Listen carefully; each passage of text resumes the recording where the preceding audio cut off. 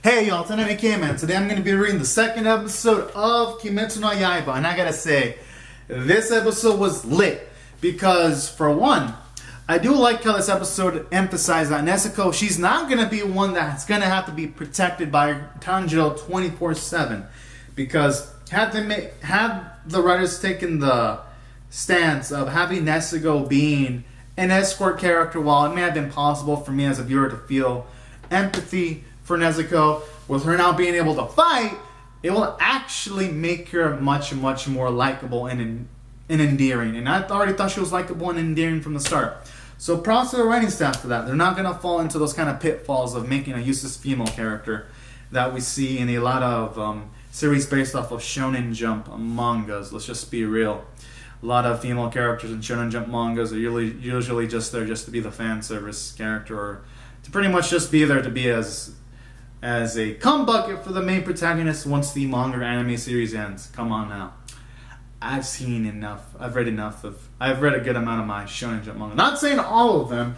There are exceptions to the rule, like Rurouni Kenshin, or Yu Yu Hakusho, or Hunter x Hunter.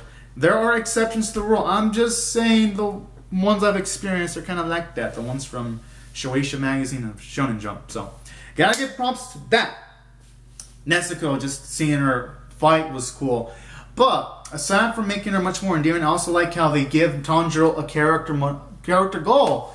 Because yes, his goal is to pretty much slay the demons that killed his family. But I love how they introduced another goal, which is after his sister's recovered, he's going to buy her kimono dresses and spoil her silly, so that he can do stuff that he unfortunately can't do for the other family members because they're dead. So that was also a beautiful thing to see, because it shows that Tanjiro, he's not simple-minded. He's thinking of things beyond demon slaying. And you know what? I love that, because it's showing off that he's not going to be completely defined just off of vengeance. So that's also a beautiful thing. It gives Tanjiro much more layers.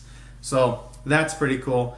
And also Nezuko some layers, because even though she can't talk, with the way she forced herself to get into that basket to help out her brother was also a beautiful thing to see too, and I loved it. It was honestly heartwarming.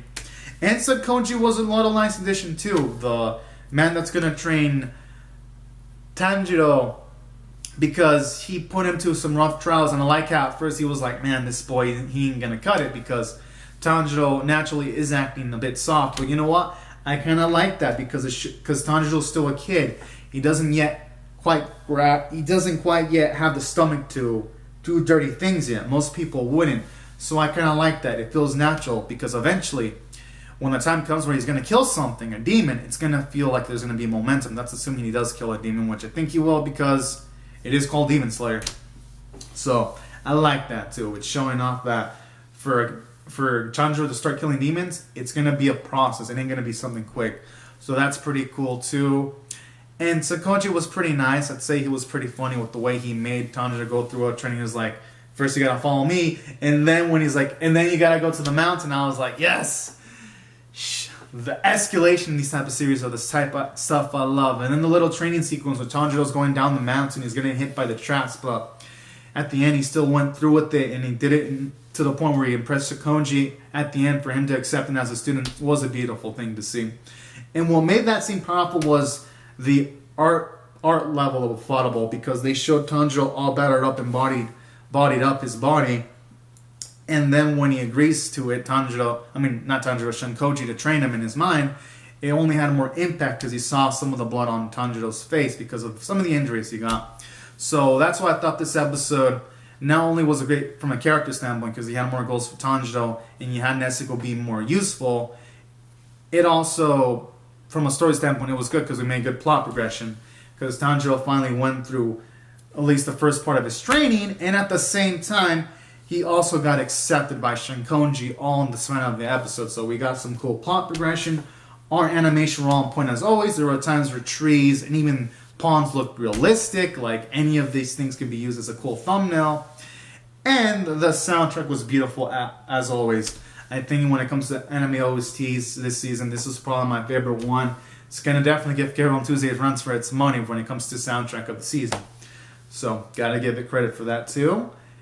And the voice performances were great.